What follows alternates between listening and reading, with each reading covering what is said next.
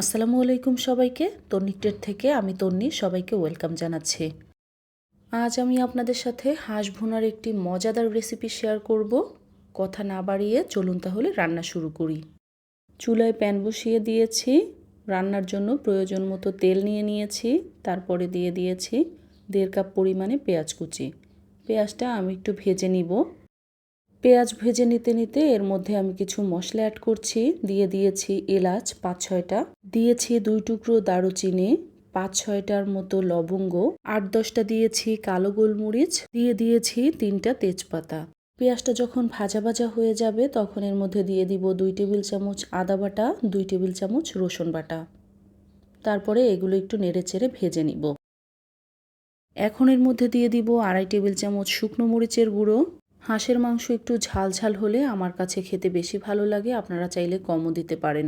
1 table চামচ করে হলুদ গুঁড়ো, ধনিয়ার গুঁড়ো আর জিরার গুঁড়ো দিয়ে দিয়েছি। এখন এই গুঁড়ো মশলাগুলো তেলের সাথে একটু ভেজে নিব, এতে সুন্দর একটা কালার আসবে। তবে খেয়াল রাখতে হবে মশলাটা যাতে পুড়ে না যায়। আমি অল্প অল্প পানি দিয়ে মশলাটাকে খুব ভালোভাবে কষিয়ে নিব। দিয়ে দিচ্ছি স্বাদমতো লবণ। অল্প অল্প পানি দিয়ে মশলাটা আমি ভালোভাবে কষিয়ে নিয়েছি। এখন এই মশলার মধ্যে দিয়ে দিব হাঁসের মাংস। হাঁসের মাংস আমি খুব ভালোভাবে ধুয়ে পরিষ্কার করে 8-10 মিনিটের জন্য ভিনেগার দিয়ে ভিজিয়ে রেখেছিলাম। অনেকেই আছেন হাঁসের মাংস দিয়ে গন্ধ পান। এভাবে 8-10 মিনিটের জন্য যদি ভিনেগার দিয়ে ভিজিয়ে রাখা হয় তাহলে আশা করি কোনো গন্ধ আসবে না।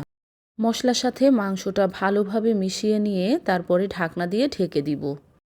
এতে করে মাংস থেকেই বেশ খানিকটা পানি বের হবে। দেখুন আমি মাংসে এখনও কোনো পানি দেইনি, মাংস থেকেই কিন্তু বেশ খানিকটা পানি বেরিয়েছে। মাংস থেকে যে পানিটা বেরিয়েছে সেই পানির মধ্যেই মাংসগুলো ভালোভাবে কষিয়ে নিয়েছে। মশলা যাতে পুড়ে না যায় তাই এর মধ্যে দিয়ে দিব পানি।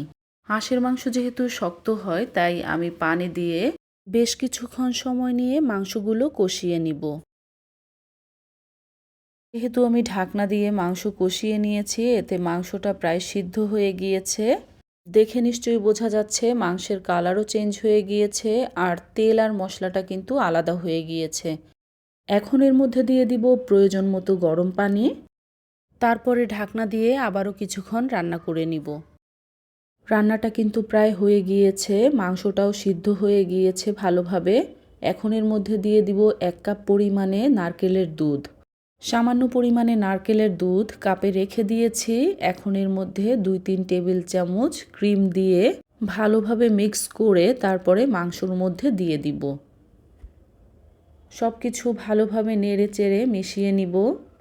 ঝোলটা আমার পছন্দ মতো হয়ে এসেছে। এখন এর মধ্যে দিয়ে দিব 8-10টা কাঁচামরিচ আর 2 টেবিল চামচ ঘি। ঘি আর কাঁচামরিচ দিয়ে আমি ঢাকনা দিয়ে ঢেকে দিব। এতে রান্না থেকে খুব সুন্দর একটা ঘ্রাণ আসবে। আজ যেহেতু এই মাংসটা চালের রুটি দিয়ে খাবো তাই আমি ঝোলটা কিন্তু পুরোপুরি টানিয়ে ফেলিনি। যদি এই হাঁসের মাংসটা আমি খিচুড়ি বা পোলাওয়ের সাথে সার্ভ করতাম তাহলে এই ঝোলটা একেবারে মাখা মাখা করে ফেলতাম, সেটা কিন্তু খেতে অনেক মজা হয়। সবশেষে আমি এতে সামান্য পরিমাণে চিনি দিয়ে দিয়েছি। দেখুন এটা দেখতে কতটা লোভনীয় হয়েছে আর খেতেও কিন্তু দারুণ হয়েছে। ক্রিম আর নারকেলের দুধ দেওয়াতে এই রান্নাটা কিন্তু অনেক মজা হয়। আপনারা এভাবে রান্না করে দেখবেন, আশা করি আপনাদের ভালো লাগবে।